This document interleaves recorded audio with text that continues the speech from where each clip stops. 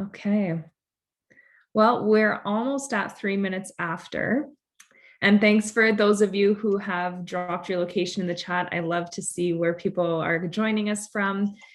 Just as a quick reminder, we won't be using the chat for the Q&A function. For those of you who are not familiar with Zoom, there is a Q&A feature at the bottom of the video. So if rather than dropping your questions in the chat, please use the Q&A function, because the people behind the scenes are using that as a way to help us facilitate the conversation today between Nora and I. So we're at time. Thanks, folks, for joining. Before we jump in, I'm going to take the time to do a land acknowledgement. So even though we are remote, it is important to acknowledge the land and to recognize the original stewards of the lands on which we now live. And it's important to acknowledge that the land that we're living on in a path forward towards truth and reconciliation. So as I mentioned at the beginning of the call, I'm joining from Toronto, as is Nora, and the City of Toronto acknowledges that we are on the traditional territory of many nations, including the Mississaugas of the Credit. The Anishinaabe peoples is now home to many diverse First Nations, Inuit, and Métis people. And with this acknowledgement, we hope that we can all continue to educate ourselves and our teams to reflect and build a path forward towards truth and reconciliation. And I'd also like to take this time to acknowledge some important folks who have made this webinar possible. So first, thank you to those at Bright and Early. So Bright and Early is a modern HR consultancy, which is focused on building the world's best workplaces. As a team with a strong background in scaling small companies across Canada and the USA, they specialize in working with startups that have little to no HR in place. Bright and Early takes a custom and creative approach to everything that they build, ensuring it's inclusive, compliant, and never more than you need. What's really interesting is Humi, actually, before I joined the team, Humi worked very closely with Nora and her team at Bright and Early. Shout out to Steph. And so I'm sure we'll get into the details of that and the very relevant nature of what Bright and Early exists to do in our conversation today. And so I'd also like to acknowledge Humi's content team. So those are the individuals who have been working behind the scene to prepare for the webinar. They're also going to be moderating that Q&A, flagging questions to myself and to Nora to make sure that we all have a great online webinar experience. So let's talk about why we're here. So before I introduce Nora and pass the virtual mic over to her, it's really important that we understand what we're talking about. So we know that the landscape has changed in how companies view HR. At the beginning of the pandemic, I was hearing and actually experienced how many HR professionals had really difficult decisions to make about how the department was being transformed, being built, being restructured. And HR has always played a really critical role in business. I think, Nora, you would agree. And the pandemic has brought the importance of that role really to the forefront. But for those who are asking, how do you go about building that team? What structure should you be looking at? What first role or second role is important? What kind of metrics should we be thinking about? Should it be something that's outsourced? What are the pros and cons of that approach? How do we think about international growth? These are really big, important, and sometimes daunting questions. And so that's why we're here today, to hear from two HR professionals about some insight and advice in order to grow your HR department. Folks, my name is Andrea Bartlett, and I'm the Director of People Operations here at Humi. And joining with me today, I have Nora Jenkins Townsend, who is not only an expert in HR herself, but also the founder and CEO at Bright and Early. Nora, if you'd like to take a moment to introduce yourself. Sure. Hi, everyone, and welcome. I'm Nora. Thanks again, Andrea. As Andrea mentioned, my name's Nora. I'm the founder at Bright and Early. So we are a small and growing team that works with really cool and high growth companies across the world, but mostly in Canada and the US, helping them build basically the first version of their HR.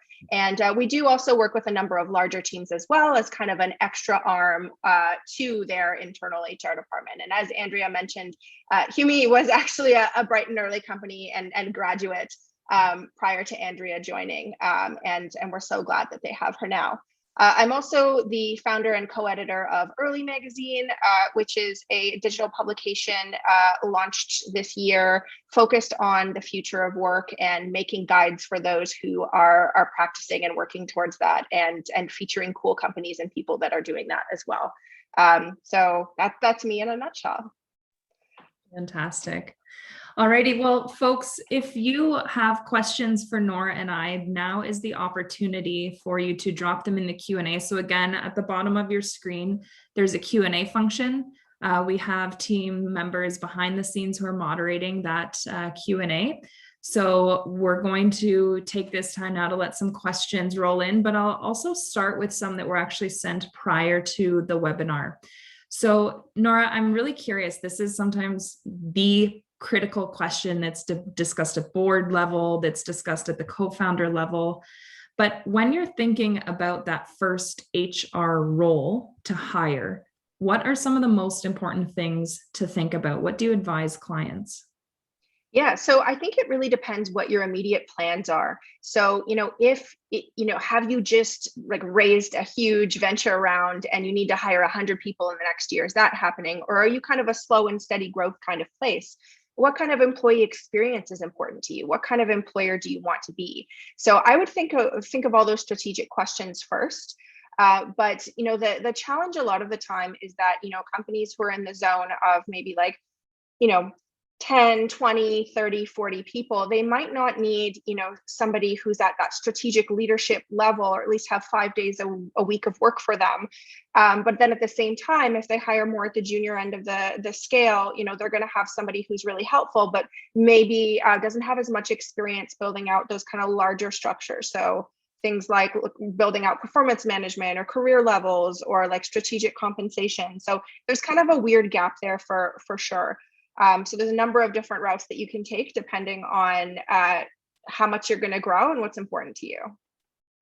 Perfect. And this question comes up often as well around, is there a magic number or magic ratio? So I'll start with the first one. Is there a specific number that businesses should have in mind? You said, 10, 20, 30, 40. Is there a right number for you to be thinking about that first HR hire? Is it when you hit 5 employees, 10 employees? Can you talk a little bit about that? Yeah, absolutely. So I always say that there's a weird shift or magic number around 30 people. You don't necessarily need to go ahead and invest in a full-time HR hire right then, but that's when I find that there's a tipping point where things really change at a company. So a lot of the time I talk to founders who are around that size or just before that size, and they say like, Nora, I don't know what happened. A few months ago we were just 10 people sitting around a table or a virtual table, and nobody was asking me about career paths and growth. Nobody was asking me about like these perks and benefits. Like everyone was just getting their work done. Like, what are these questions I'm getting from people I'm hiring now? Or like, why are people asking about this?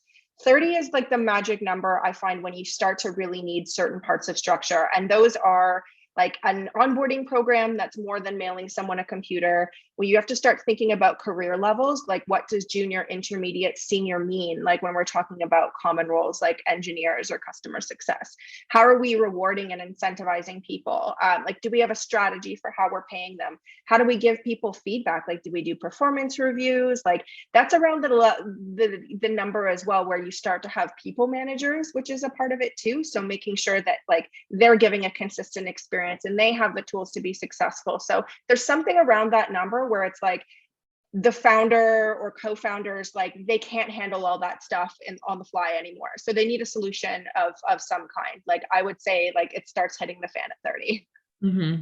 And I know that number's changed a lot. It used to be a lot higher, but certainly with both the pandemic bringing in the remote experience, but also employees looking for more information, looking for more guidance, really having higher expectations around what their career means. I've seen that number get lower and lower over the years myself. So then you talked about some of those factors. When specifically do you know, what are some of the indicators that that you actually see in a business? You talked about some of them, but when do you know when you need an HR department? Yeah, I would say when you're getting a lot of feedback that people don't understand what the expectations are from their role, or where they can grow career wise. If they're asking for a lot of things that you don't understand or have time for, or if you're having trouble recruiting, if you're having turnover, I think like your employees will start to let you know if it's not something that you've already kind of figured out yourself. Like you will see a lot of questions, a lot of pressure, some turnover, some trouble hiring. And that's when you realize like, hey, the systems I have in place, these like kind of casual off the cuff things, like they're not working. I'm not getting the results that I want from them. Mm-hmm. But I am seeing in the market a lot more and more awareness that these things need to be right from the start, and folks starting before those warning signs start to hit, before they get turnover and upset employees and trouble recruiting. And that's one reason I've worked with a number of founders who are on their like second or third company, and I really love working with them because after going through that experience a few times, they get it. They know that it's important to have great HR from the beginning and just have a really well set up and curated employee experience so that people aren't distracted by these issues and they focus on the work and they realize how important that is. Like it is a business strategy, not just a like, hey, we're nice people kind of thing, but that too. Yeah, exactly. So then there's an important inflection point when you have your first HR hire, and whether it's through growth or whether it's through a lot of internal changes and structure and process improvement needs. Talk to us about what kind of business case you would recommend for maybe a really strong individual contributor who's now looking to expand the HR department. What advice or tips do you give for building that business case to grow your HR team? Yeah, a very typical thing that I see is often, founders are like small business owners. They want that kind of combination person as their first HR hire. They want them to do all the recruiting, and they want them to also build all the HR functions, and they want them to also maybe plan the team parties and like do things like that. And I know there's a lot of HR people, who are here for the session. A lot of them are probably like groaning in their chairs because we've all done that job or been asked to do that job, and have kind of seen how that works. And for those that haven't, I mean, usually how it turns out in a high growth company is, you get hired in that mixed role, you spend, 90, possibly 100% of your time recruiting, and then nothing gets done on the strategic HR side. So between trying to hire, 20 people at once and people tapping you on the shoulder saying like, hey, where's this form for the benefits? Like, or hey, like I'm having trouble with this thing. It's really hard to get any strategic HR done. So a lot of the time I'll see companies hire someone in that combo role, and then none of that structural work ends up getting done. And it's not their fault. It's just, it's kind of a no-win role at a high growth company. And I try and talk founders out of it. So they'll start to see those same symptoms of, people are asking about, what's the career path, or, people are saying like, I'm not getting enough feedback in my role, or, we're having managers that aren't trained. So there starts to be like business aches for sure. I mean, it could happen the other way where, somebody's focused a lot on those and then the recruiting isn't moving fast enough. But I usually see it the other way around, because often the business owner will see recruiting as the bigger immediate fire. So you'll start to see kind of those aches and pains there, and be able to make a case from that. Maybe you're out there recruiting and everybody who you're trying to recruit, and we're in the midst of the Great Resignation, and it's very difficult to hire right now. Anyone who's trying to be out there in this market recruiting knows this. People are, and as you mentioned before, Andrea, people are being really picky with their next role. Especially in certain areas. HR is actually one of them right now. Engineering has always been one of them. So people are being picky, and they're asking like, what would my career growth be like there? What is your cadence for assessing people's like moving up through compensation bands? Like they're just smarter. Like what are your perks? And like they're just smarter about that. So you will actually start to have trouble recruiting. And then that's something that you could maybe bring back to someone who needs to be evangelized a bit on, the magic of, non-recruiting HR, and say like, hey, we're missing out on these amazing hires because they expect these things. Mm-hmm. And I'll jump in as well, because if there's one thing that I've learned in my career, whether it's one co-founder more so than another, the entire executive leadership team, the business case is often made through the metrics. And certainly earlier on, if you don't have any sort of employee feedback tool, if you don't have any sort of way to survey your team, if you don't have a foundation of any sort of satisfaction internally on your team, it can be challenging to make that business case to understand. The question specifically was about what's the value add. And part of it has been through the lack of data or information. And the other piece is also sometimes awareness. Depending on the executive's experience, whether they're really, really early in their career or they come from a lot of experience in their career and they haven't necessarily worked formally with an HR department. I've had success in the past through a bit of education. So having that conversation, what does HR mean? And to your point, Nora, HR is a very general term. Depending on the different generations that we're talking about, it means extremely different things. And there is value to be had around the conversation of the difference between the recruiting and the talent and the more external facing, certainly that's needed at a high growth company, versus the processes and the internal structure that might be needed in order to maintain that great workforce, to build and understand that culture, what makes people happy, in order to make sure that you are a high performing and high performance culture. Yeah, so. Absolutely. And when we start, whenever we start working with a new company, we always take them through kind of like an HR health check or discovery process where we do have a version of a survey like that. So it's kind of like an engagement survey, but also a like, hey, you know, what do you want to see from your experience here? Like, how do you see your career growing here? Are you happy with your career growth? Are you happy with your pay? And I think, you know, when we take those results back to the executives that we work with, usually like 75% of it is stuff that they know when it's just confirmed. But, you know, there's always that, you know, element of surprise of like, oh, I didn't know that people were feeling that kind of anxiety here. Like, oh, I didn't know that people were thinking like my career might not grow here and they're thinking of going somewhere else. So I think like going back to executives with data is really helpful, as for sure as well. Instead of just saying like, I think, you know, you're saying, I know. Exactly. Looking at retention, looking at the cost of retention, understanding your cost per hire. Those are basic things that can help build the business case. And depending on the way that you frame it and the role that you're looking to build can be really important. That's a great question. I also think, sorry, I just wanted to add as well that I find those same surveys actually really helpful in terms of like getting employee adoption for programs as well, especially at small companies, ones that like are really focused on like a friendly culture. Something like rolling out performance reviews or something can sound a bit scary to them. But if you're able to, you know, collect information from everyone and go back to them and say like, hey, you know, we're noticing that everybody wants more career growth here. So we're responding by building X thing for you. And I find that that's a better messaging somehow, like, you know, for individual contributors to be like, oh, okay, my company is doing something for me versus my company is making me do something. Mm-hmm. Yeah. And so on that track, Nora, of understanding engagement and understanding how to position the business case to senior leadership, what is the best way to make the case for senior leadership to be able to measure employee engagement when you are a small company? So maybe less than 30 employees, but you are growing. Yeah, I would say like go ahead and do kind of that same survey. I would like take that same advice, but do the same one over and over so that you can track improvements and things like that. I think you'd be surprised with, you know, what you can see coming out of a survey like that. Mm-hmm. And I think the consistency is what's so important there. That's often forgotten. Is certainly in smaller companies, it's a lot of just almost survival mode. So you don't have a lot of reoccurring things that might come from an HR department or someone that's overseeing HR. And that I would also emphasize is setting the expectation with your team that this is a weekly, bi-weekly, monthly, quarterly pulse check on this thing.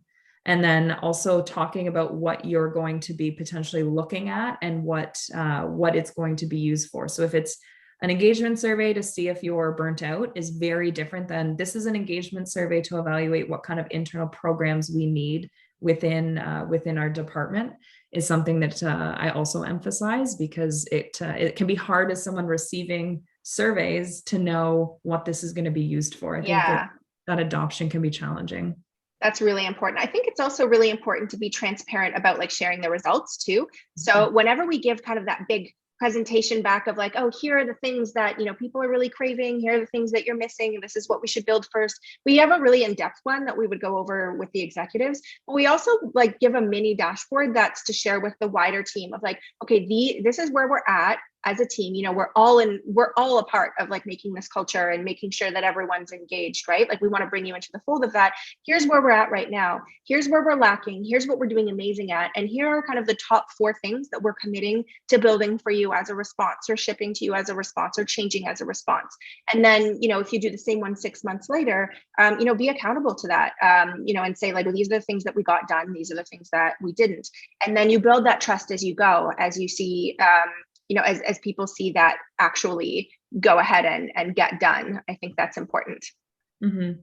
So 2 really important questions actually that came out of that discussion, Nora.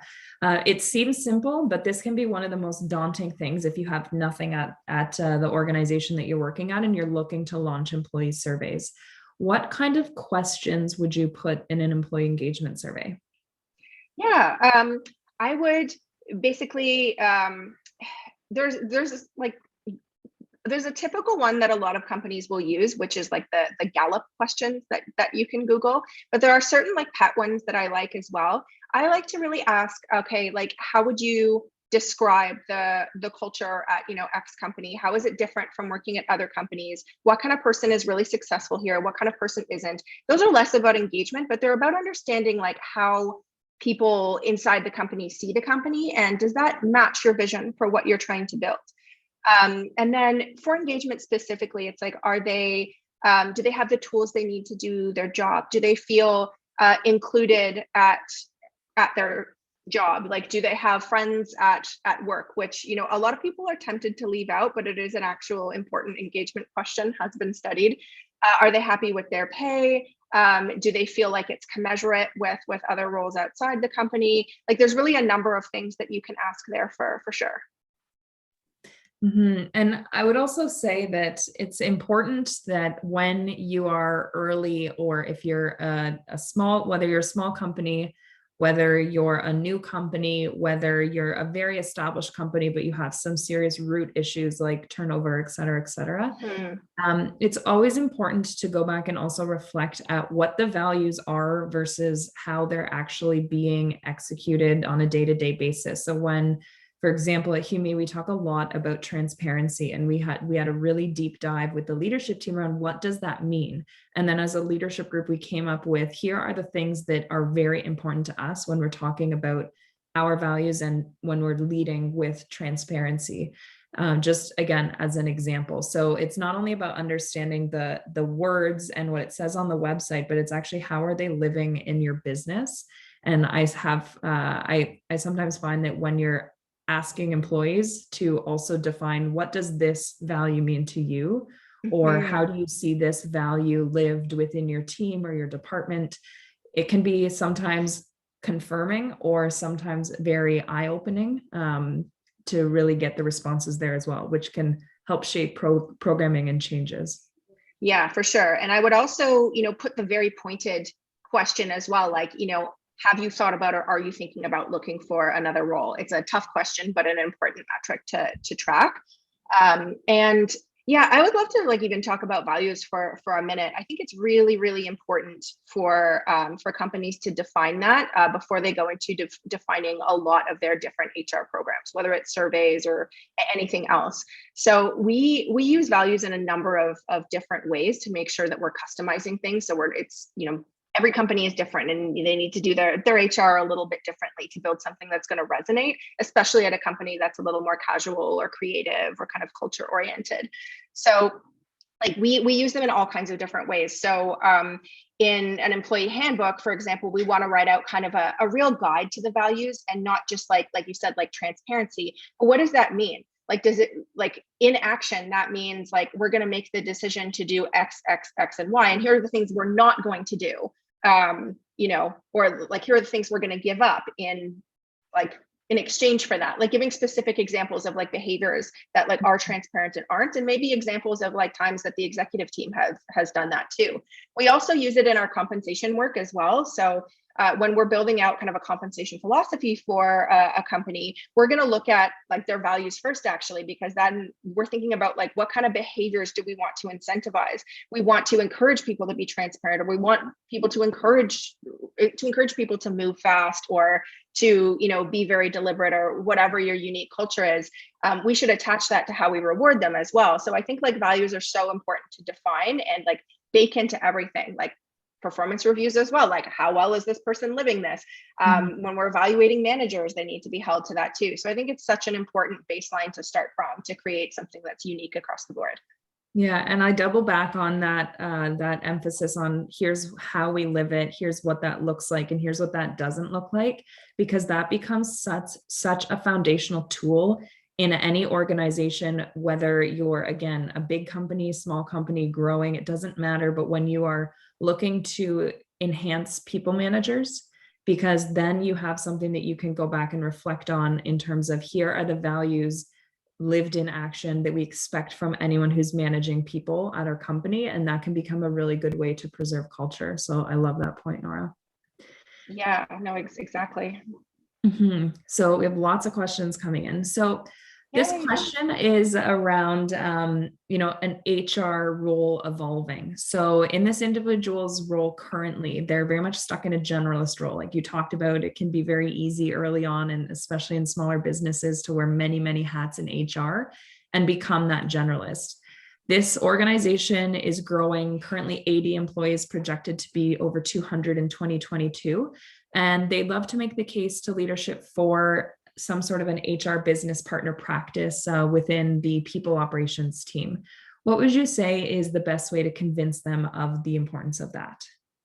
Yeah, I would say, you know, get other people on board with that. You know, I think of an HR business partner function as like, you know, say we have a big engineering department and then a big customer success department, just making examples there. I'm assuming that they mean like having business partners for each one. I would say that the leaders of those should be involved in that. Like it's likely right now at 80, starting to get there, but then especially at 200, that those leaders are not going to be getting what they need from that partnership. So I think getting them involved with like, hey, we do actually need more support on XYZ. Like I, as one person, am not able to do that. And here's a map of what I think it could look like. I think a mistake that we make sometimes in HR, just like in any role anywhere, is assuming that our boss, especially if they're not in the role that we have, like say they're the CEO or something like that they know everything about HR and they know what an HRBP is and they know how a department can be structured and they know how it works. They don't a lot of the time. And like you can be there to educate them and say like, hey, here's how other companies do it. And, you know, each department can have, you know, somebody who can meet their needs in like these different ways. And we can structure it this way. Here are the pros and cons of doing that. So just going in with strategic thinking and like educating, you know, your team, especially if you're the only HR person, on what things could be like, what other companies are doing, and then, you know, maybe getting buy-in from the people that would benefit from it as well. Like those leaders of those larger departments, you know, likely, you know, if they're saying that they really need something support wise from the business and you're aligned on that, then, you know, that's a good thing to kind of go to senior leadership with. That's great. And I think also understanding some of the levers internally, when you talk about a people business partner, an HR business partner, what does that role entail? What departments are they focusing on first? Is there surveys that you've done that show that the highest turnover is in these two departments, and this person is going to come in and build that program? And then at what point of growth in the business does that trigger the business need for another new HR business partner? What other department is growing and requires more support? I think those are also important things that you should be ready to talk about and to discuss, not only with senior leadership, but plan for yourself. Because at that point, it becomes more than, again, just a standalone, really strong individual contributor, but there's a little bit more of a long-term plan. Sometimes we can fall into that trap of having an immediate need and it's almost too little too late at times, but knowing and setting that expectation that this is what it means at my company to be an HR business partner. And here are some of those factors that of growth or factors that, you know, internally you're measuring as a company that that create the necessity for a change, for an additional headcount, things like that.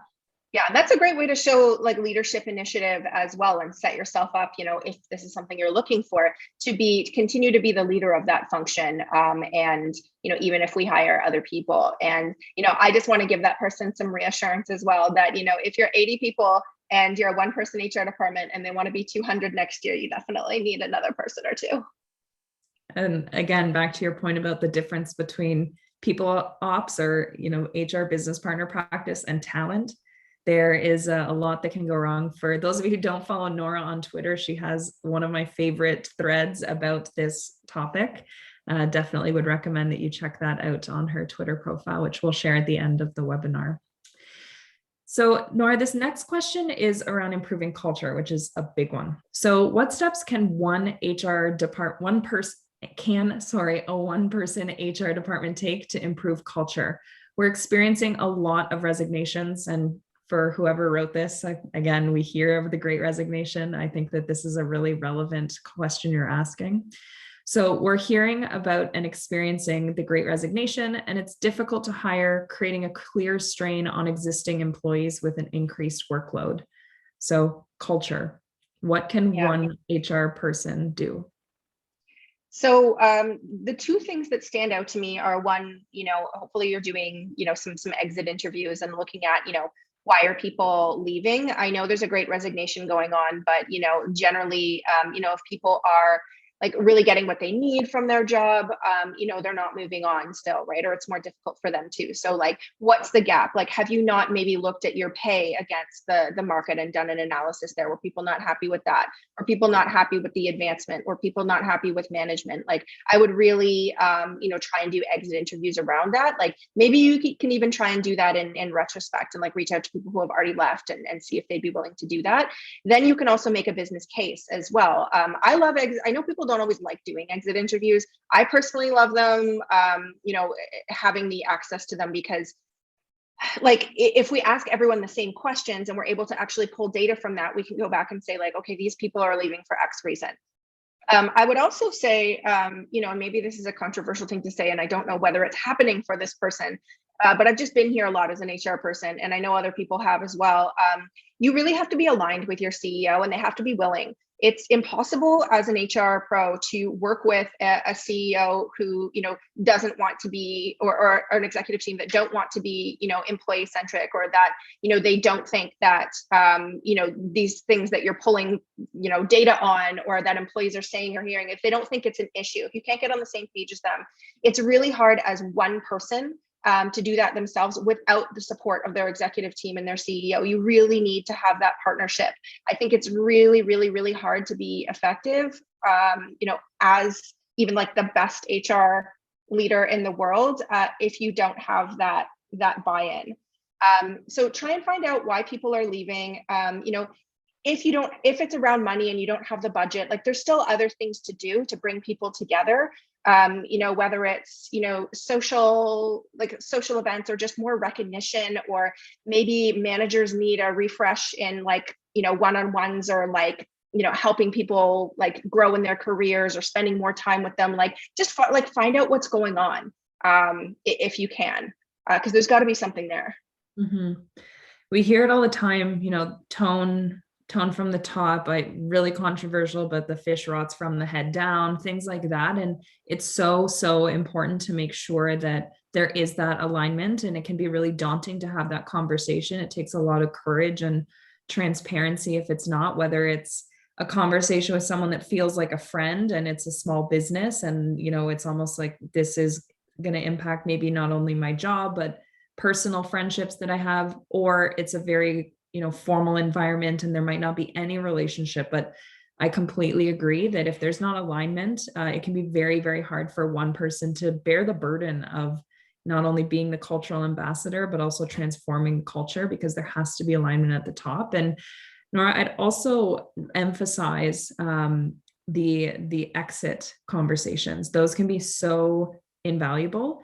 But one trap that it can be easy to fall into is also the recency of giving that feedback. So something that I've heard often is the feedback that's given from employees at an exit interview can often be diminished by leadership, especially if it's a small business and it's very apparent who left, it can sometimes be over justified. And, of course, so-and-so said that, so-and-so has this, that, and the other thing that is really important to them. And so thinking not only about how you're going to get that exit interview information, but how are you going to identify those themes? And again, setting that expectation with leadership around how they're going to get that feedback, so that there's never any questions around who's conducting them, when do they happen. That's very clear and that's more logistical.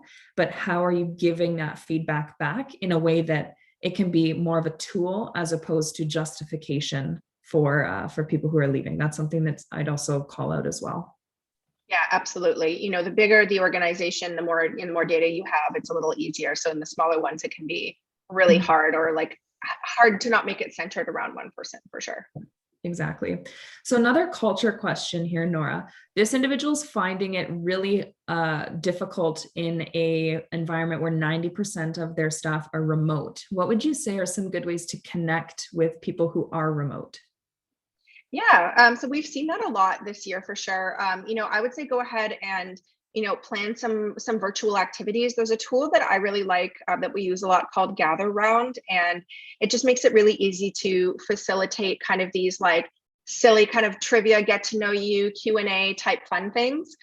And that sort of it really helps people kind of like form bonds. We also use an app called Haley on our own team, which kind of asks like random interesting questions, but also like polls about like, oh, who said this on the team? And it's just forms those bonds where it's like, oh, that person would say that, like that you kind of get from those in-person interactions. So I think like some of those can feel like silly or embarrassing. I know like, Zoom parties felt like a little silly at the beginning of the pandemic, but I think we need to start leaning into stuff like that because, every time we do that, I do feel a lot more like bonded and connected afterwards. A lot of companies are doing something like, like gift, like a kind of draw one name, like gift exchange for the holidays. In non-pandemic times when it's safe, I think that's great for a lot of remote teams to maybe bring everybody together once a year, if that's something that you can afford doing.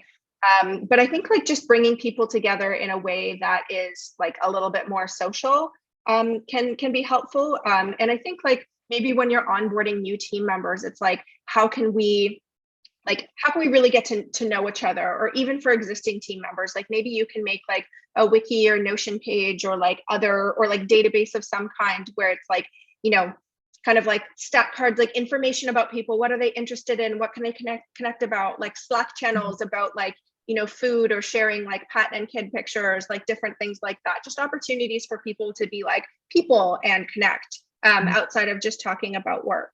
But it is tough, and I empathize with it for sure. I think it's a challenge that everybody's having. Yeah.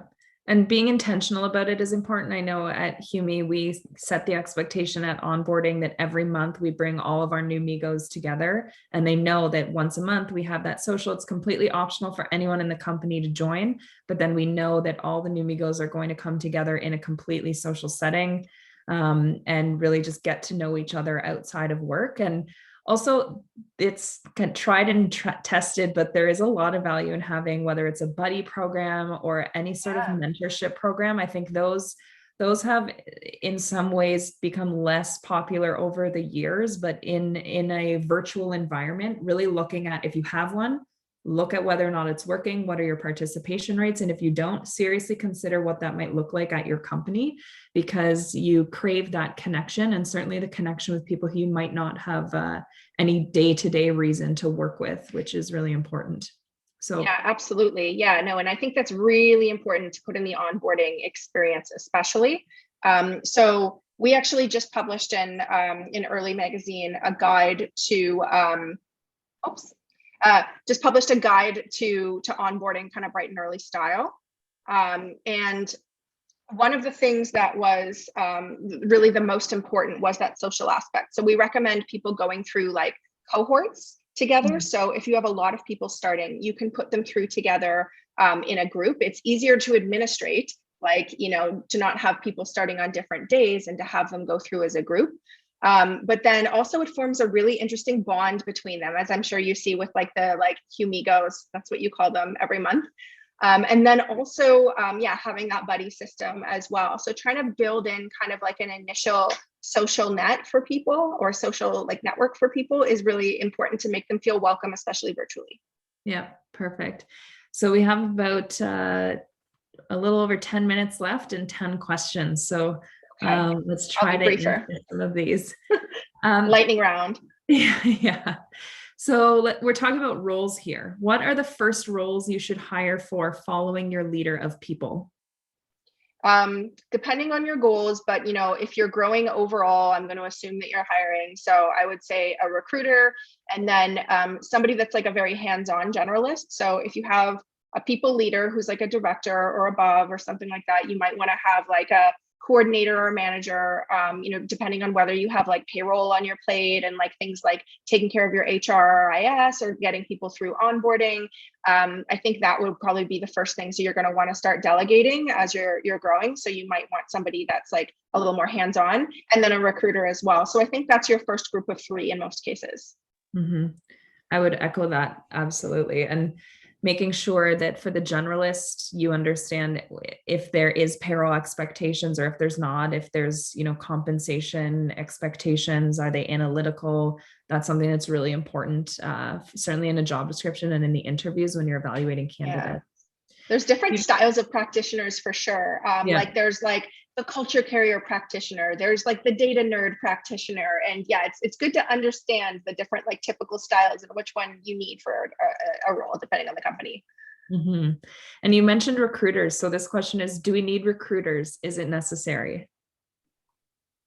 Yeah, we absolutely do right now, because if you're hiring, so and you need strategic recruiting as well. I see a lot of people in HR Slack channels or like communities that I'm in saying like, oh, what job boards are good to post for to get engineers? You're not getting anyone from posting on job boards like these days, depending on the position and the company and all that, but generally not. You need somebody who can like get out there and kind of like hit the virtual pavement and like build a marketing brand around working at your company. It is wild out there. And I think if you don't have somebody dedicated to this, like 5 days a week, if you're a growing company, you are not going to hire the roles that you need.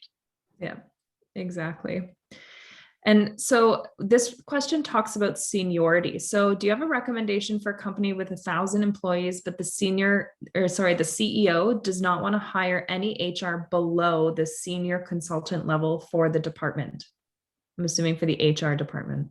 That seems pretty specific. I like my niche is working with companies that are like usually like 200 and less, but like I would need to understand what that like senior consultant level means. Like it is like an HRBP. Is there like no support for people who are doing the administrative side of things? I would say if everybody is truly senior and it's 1,000-person company, who's getting that stuff done in terms of like, what we were talking about, like the administrative HR side of things. They might be like, actually wasting a lot of money hiring senior people and then having them spend all of their time on stuff like that when they could be being strategic, right? So like it could actually end up saving them money to have somebody more junior in there to support, so they can spend their time elsewhere. Absolutely. So this next question talks about what we were mentioning a little bit earlier around solving for pain points. So it's about fostering that relationship as well. So how do you foster a partnership with a CEO or executive team and get the buy-in on the initiatives that you're working on to solve the pain points that you've come to discover? How do you get them to see that it's worth their time? Yeah. So I would, tap into their need or their desire to, be a quality leader and to be and to like lead an effective company, right? I think like there's very few CEOs or leaders that I would meet out there that say like, I don't want to be, a great employer. I don't want to be a good place to work, right? So I think it's like leaning into that nature of them a little bit. We had a conversation on the team today where we were actually talking about this exact topic, like working with one of our executives that we support, and we were kind of trying to convince them that they should, make a particular decision that we think that would be really good for the team, and they were a little resistant and just saying like, I loved last week how you were just talking about like you had this amazing idea around like team empathy, and like I just love that so much. I think this would be an amazing reflection to show, show that value that you were talking about. Like that's such a great idea that you had, and like I guess that sounds like it's not manipulative per se, but it's leading into their better nature, right?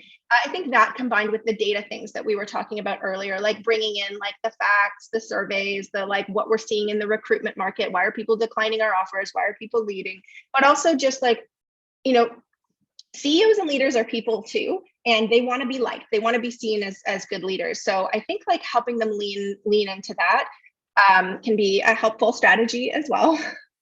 Yeah. And there's a lot of value in knowing if you're, whether it's one person, whether you're CEO, COO, or entire executive team, there's a lot of value in knowing if they are visual people or if they are analytical and detail oriented people, because throughout certainly my career, I've drastically had to adjust the way that I'm presenting an idea or information based on how the audience receives it, and specifically the leadership team.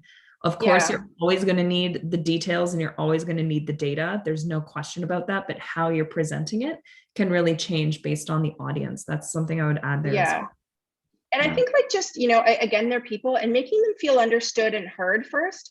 I've definitely had a few situations where, I was working with an executive and there was a lot of like resistance. And I thought like, the first place my mind goes is like, this person's a jerk, or this person doesn't want to, doesn't care about people, or something like that.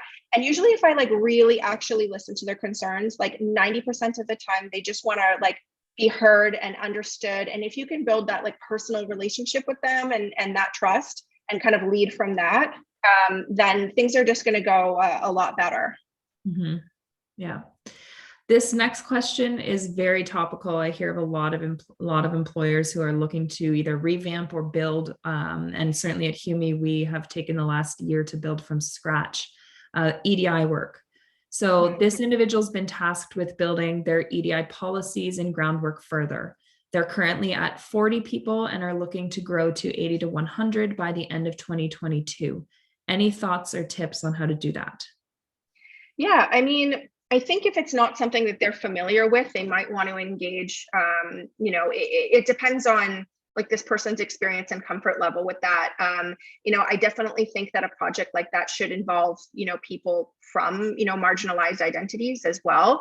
And, but we do want to make sure that, we're not leaning on those people for kind of unpaid expertise either. So, you could consider having like an employee resource group, an employee like task force, so you're not working alone on it. But I think there's a great trend of like giving people extra like pay or rewards for participating in something like that. And yeah, you may want to see if you can get budget for kind of like an outside view on it if it's something that you're not super familiar with. Other than that, I would dive into it as like any other kind of research project. There's a lot of great kind of checklists and resources out there, where you can kind of do some learning and bring that back to your team. But I think it's going to be a tough thing to do as a solo thing. And again, like, hopefully having buy-in from the senior team as well. Yeah. But yeah, I agree. I know that HUME's content team spent a lot of time actually speaking with our people and culture specialist, who's an expert in this area. But I had the privilege of being able to design that role, knowing that EDI was going to be very much a priority for it. Whereas it sounds like in this case, they're being tasked with it and it might not be the main focus of their group. I'd also say that this work is very emotionally exhausting and it can be very, very challenging. And if you are building programs and policies to really, because somebody's asking you to do it, that's a lot different than really speaking to your team and to your employees first in order to understand what matters to them. What does inclusion mean to them? What is or is not working for them? This is actually one of our questions at exit interviews as well, because it's a good reflection point. But this work isn't only in policy work, and it's not only a one person work, right? It's teamwork, and it's a group coming together. It can never really be done by one individual. But in terms of thoughts or tips on this space at HUME, we started with a couple education sessions, so a 3-part training series company-wide, and then launched a self-ID survey and really used that information as the foundation for all of our 2022 and 2023 planning. So did it in stages, and then tried to understand what it is that we needed as a team to really use that as the framework to change policies, build policies, look into our strategy. So in terms of tips, that's the best advice I would give. Yeah, and I totally agree with that. So we have like a DEI practice at Bright and Early as well. So whether clients are asking for it or not, we have our own checks and balances that all of our processes and policies and programs go through. So it's kind of baked into everything, but we do some consulting and training specifically in that area too. And a lot of the time we've done these kind of audit projects where we're looking at like, how do they recruit? How do they onboard people? All of the policies, just kind of like the general experience, and what is it like to be managed there? What is it like to kind of move up through the processes? One thing that I will note, on that topic too, is having specific processes that are like less subjective actually really contributes to a more equitable environment. So if you have a particular process or system for how you pay people, it's going to be more equitable because it's less subject to like somebody's opinion on how they feel. Same with recruiting. If you have very specific measures of what this role needs and what it is and what it isn't, and everyone's being asked the same question, same process, it's going to be more equitable than like, hey, I liked my conversation with this person. So the more processes that you can build out that are kind of like ironclad in that way, the less room there is for bias in those. But we do need to make sure when we're building them that we're not baking our own human bias into them. We need to be conscious of that. But putting people through the same systems and making those systems transparent and easy to navigate will lead to better equity. Mm-hmm. Mm-hmm. So this question is a tough one around, again, culture and employee engagement, and what you can do for culture and employee engagement if the majority of your employees are not tech savvy. Yeah, that's a tough one. Like if they're coming into work, I mean, that's a little bit easier. Like if it is an in-person environment, there's ways to, appreciate people in person. But if they're struggling in a remote environment because they're not tech savvy, maybe that's something that we can help them with. What do you think, Andrea? One of the things that I've seen in the past is that the issue isn't necessarily with one piece of technology, it's with all of the different places that they need to go in order to participate. So sometimes organizations can fall into the habit of having a really intense tech stack. So you go here to do this thing, and to participate, you go to this platform, and you end up with so many different places to go, not only for information, but for events, for engagement, for feedback. And so really taking a look at understanding what your tech stack looks like is maybe the best place to go to.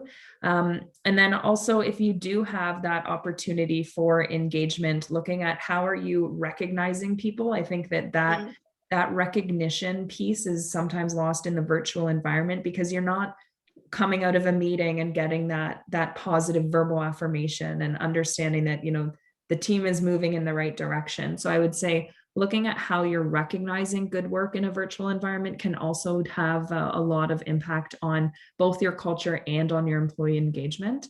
But those would be some of the things top of mind that I would look at for sure. I love that. Yeah. And one thing that I would add, just a tiny tip, is, when we've worked with teams that have that kind of environment where they might have like warehouse workers or retail workers or things like that, making things like mobile friendly has had a great impact as well. Like say you're sending out an employee survey, or like, it's like your software for booking time off, making things mobile friendly has had good results as well with certain demographics. Mm-hmm. So we're just at the 5-minute mark here. These last few questions have to do with resources. So they were asking Nora where they can find the 2 resources, Gather Round and Haley, that you mentioned. So I think that we can drop that in the chat or send it out to those who are asking later. Absolutely. And this last question has to do with actually compensation and bonuses, which is very, very top of mind in this very competitive market. So they have 20 employees in their organization and looking to grow by 30 by the end of 2022. And they need to look at all of their compensation and bonus programs. where can they get information to be able to create a program that would be important, that would be appropriate for everyone, from a entry-level employee to a director? Yeah, so there's a number of different like free and paid databases to look up that information.